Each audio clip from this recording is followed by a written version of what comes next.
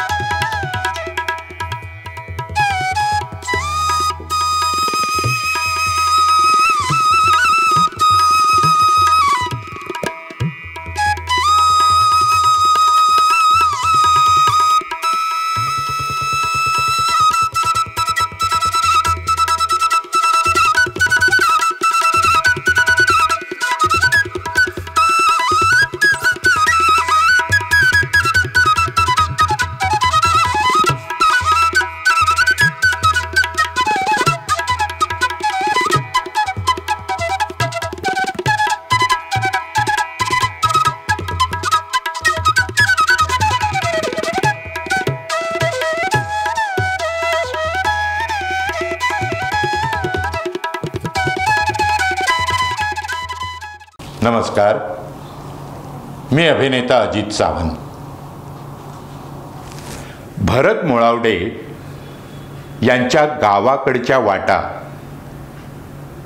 या यूट्यूबच्या चॅनलमध्ये माझी शाळा माझी आठवण हे मी तुम्हाला म्हणजे मित्रांनो तुम्हाला शेअर करणार आहे. आणि नुसतं शेअर करणार नाही, त्याच्यापासून तुम्ही पण काहीतरी बोध घ्यावा असं मला वाटतं. खरं बघायला गेलं तर माझी शाळा आणि माझी आठवण सांगायचं म्हणजे यात एक गंमतच आहे. मी 1ली ते 10वीपर्यंत किमान 4 शाळा बदलल्यात. मी 1ली ते 4थी मुंबईला डोंगरी येथे म्युनिसिपल शाळेत शिकलो. तसंच 5वी ते 6वी मी अंधेरीला आदर्श विद्या मंदिरमध्ये शिकलो. नंतर 1970 साली आम्ही बदलापुरात राहायला आलो. आणि खरं सांगू का मित्रांनो, मुंबई सोडून बदलापुरात राहायला आल्यावर अक्षरशः आम्हाला जंगलात आल्यासारखं वाटलं. आणि मग इथे 5वी 6वी 7वी 3 वर्ष मी बदलापूरच्या आदर्श विद्या मंदिर या शाळेत होतो. आणि खरं सांगू का मित्रांनो, या 3 वर्षात 1 वर्ष मी नापास झालो. का माहिती आहे का? 70 साली मी जेव्हा बदलापुरात आलो ना, तेव्हा ते गाव होतं. गाव आम्ही मुंबईतून बदलापूरमध्ये आलो तेव्हा मी खूप रडलो. म्हटलं वडिलांनी कुठल्याही जंगलात आणून ठेवलं आहे आपल्याला. पण नंतर या निसर्गाची जी गोडी लागली मला, मग इथे आल्यानंतर जांभूळ विचारू नका, आंबे, परत करवंदाच्या जाळी, पेरू, चिक्कू अशा अनेक झाडांच्या सान्निध्यात आम्ही राहिलो. आणि 1 वर्ष फक्त मी निसर्गासोबतच होतो. शाळेत मी जायचो पण मन निसर्गाकडे असायचं. त्यामुळे मी ज्या वर्षी बदलापुरात आलो त्या वर्षी मी 1 वर्ष खरंच नापास झालो. पण त्यानंतर मला कळलं की नाही, या सर्वांसोबतच आपल्याला शाळा आणि शिक्षण अतिशय महत्त्वाचं आहे.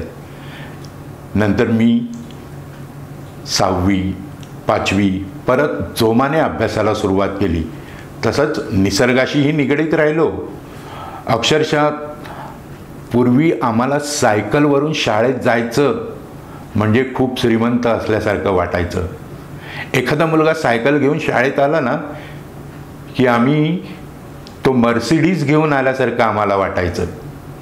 आम्ही आपले बापडे त्यावेळी तंगडतोड करत 2-3 किलोमीटरवर असलेल्या शाळेत अगदी सर्व मित्र मज्जा करत जायचो. खूप आठवणी आहेत त्या शाळेच्या. मधली सुट्टी झाली की लगोरची, क्रिकेट अशा बहुतेक सर्व खेळांमध्ये पण आम्ही तेवढंच रमून जायचो.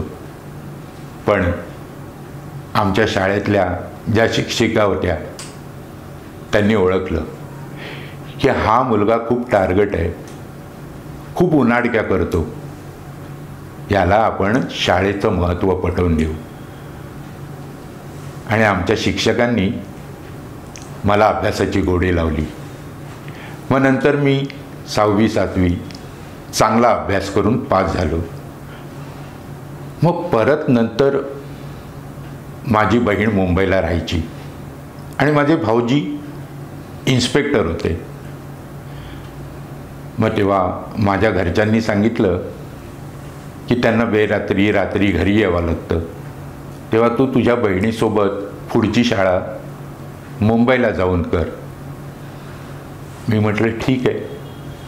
नंतर मी मुंबईला सांताक्रूज येथे पोद्दार हायस्कूलमध्ये रुजू झालो. आपल्या गावाकडची मुलं वेगळी आणि मुंबईची शाळेतली मुलं वेगळी. मुंबईतली जरा पॉश आणि आपल्याकडची गावाकडची मुलंही तशी पॉशच होती, तशी काय हे नव्हती. पण मातीतले खेळ आणि मुंबईतले खेळ याच्यात फरक पडतोच.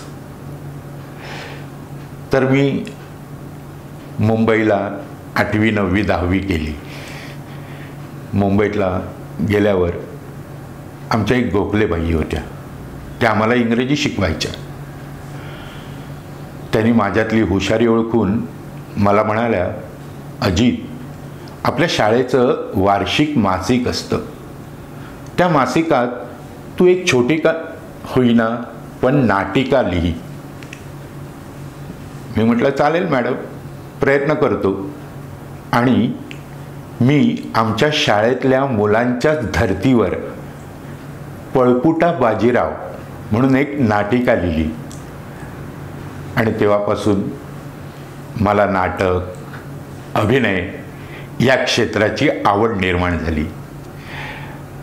मित्रांनो, आपण जे काही शिकतो ते शाळेतूनच शिकतो. तसंच शाळेतल्या आम्ही मुलांबरोबर पिकनिकला जेव्हा जायचो ना, तेव्हा मग एक छोटासा कॅमेरा घ्यायचो आणि मग त्या कॅमेऱ्यात फोटो काढायचो मुलांचे. मग हळूहळू ती पण आवड वाढत गेली. नाटकातून मी बऱ्याच नाटकातून काम केलं. व्यावसायिक रंगभूमीवर मी काम केलं. त्यानंतर राज्यनाट्य स्पर्धेची तर मी अनेक बक्षिसं देखील मिळवली. पण नंतर ठरवलं की नाही, माझ्या मनात आलं की मला एखादी सिरियलमध्ये मिळाली काम करायला संधी तर खूप बरं होईल. मग जो माझा लहानपणापासून नाटक पाहायचा, म्हणजे मी बदलापूरमध्ये मराठी शाळेवरती नाटक करायचो, तर तो मुलगा दिग्दर्शक झाला होता. तो एकदा माझ्याजवळ आला आणि मला म्हणाला की तुम्ही अजूनही नाटकातून काम करता ना? मी म्हटलं हो करतो, पण माझ्या कामाच्या व्यापामुळे मला रिहर्सल्स आणि याला जायला तितकासा वेळ मिळत नाही, त्यामुळे सहकलाकारांना मला तेवढा न्याय देता येत नाही. मग तो म्हणाला की मी एक सिरियल करतोय, म्हणजे मी त्याचा निर्माता पण आहे आणि दिग्दर्शक पण आहे, तर तुम्ही त्यात काम कराल का? त्याला मी म्हटलं, अरे बाबा, तुझ्या आधीसुद्धा माझ्याकडे बरेच जण येऊन गेले, पण मी सगळ्यांना सांगितलं की उत्तम रोल असेल तरच मी त्यात काम करीन. तो म्हणाला ठीक आहे, मी तुम्हाला स्क्रिप्ट पाठवून देतो, तुम्ही वाचा आणि मग जर तुम्हाला पटलं तर हो म्हणा, नाही तर नाही म्हणा. म्हटलं ठीक आहे. त्यांनी स्क्रिप्ट पाठवलं आणि बघतो तर काय, त्या मालिकेमध्ये मला लीड रोल होता. आणि हा लीड रोल करण्याची संधी मला मिळाली. मी खूप खुश झालो. ती माझी पहिली मालिका. खरं तर 2 एपिसोडचीच मालिका होती, पण ती माझी पहिली मालिका, पहिली माझी दूरदर्शनवरील सह्याद्री चॅनलवरील पहिली मालिका. तर मित्रांनो, हे सांगायचं कारण म्हणजे मी अभिनयाची प्रेरणा ही शाळेतूनच घेतली.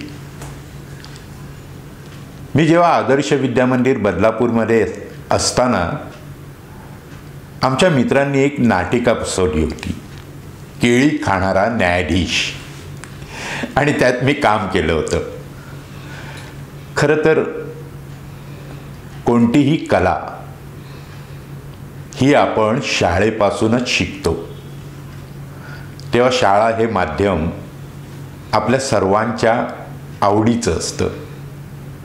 आपल्याला आपली जी काही कला आपण दाखवायची असते ती आपण वार्षिक संमेलन म्हणा किंवा अजून काही गोष्टी शाळेतल्या असतात, मग तिथे आपण आपली कला सादर करतो. त्यामुळे खरंच शाळेतल्या आठवणीत गुंतून जायला राहतं. माझे मित्र पण खूप मोठे मोठे कलाकार झालेत.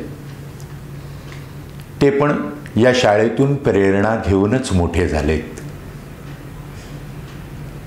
मित्रांनो, शाळेत अभ्यासाबरोबरच मी प्रत्येकाला सांगेन की आपली एखादी तरी कला आपण जोपासायला हवी.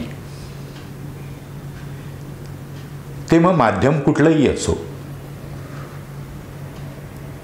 तुम्ही मस्ती करा, अभ्यास करा, पण एखादी कला नक्की जोपासा. आम्ही सर्व मित्र अजूनही एकत्र जमतो. आम्ही शाळेतल्या सर्व मुलांनी रियुनियन केली आहे आणि त्या माध्यमातून आम्ही एकमेकांना भेटत असतो. पण त्यावेळी ज्या शाळेच्या आठवणी आम्ही एकमेकांसोबत शेअर करत असतो ना, खरंच मित्रांनो, कधी कधी डोळ्यात पाणी दाटून येतं. आपले शिक्षक प्रेमाने शिकवत असतात, पण काय काय वेळेला आपण आपला टार्गेटपणा सोडत नाही आणि आपण आपल्या शिक्षकांना देखील त्रास देतो. पण नंतर कळतं की नाही, आपले शिक्षक आपल्याला पोट तिडकीने शिकवत असतात आणि आपण आपले टार्गेटपणा करत असतो. पण आत्ता कळतं की नाही, शिक्षणाचं महत्त्व खूप मोठं आहे. म्हणूनच शाळेतल्या आठवणी याही वयात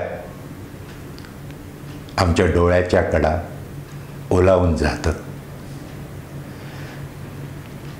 मित्रांनो, आज मी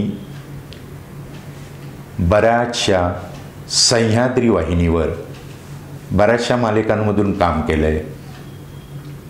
तसंच वेबसिरीजमधून काम केलं आहे. तसंच चित्रपटातूनही काम केलेलं आहे. पण मनाच्या एका कोपऱ्यात असलेली आपली शाळा खरंच आपण कधीही विसरू शकत नाही.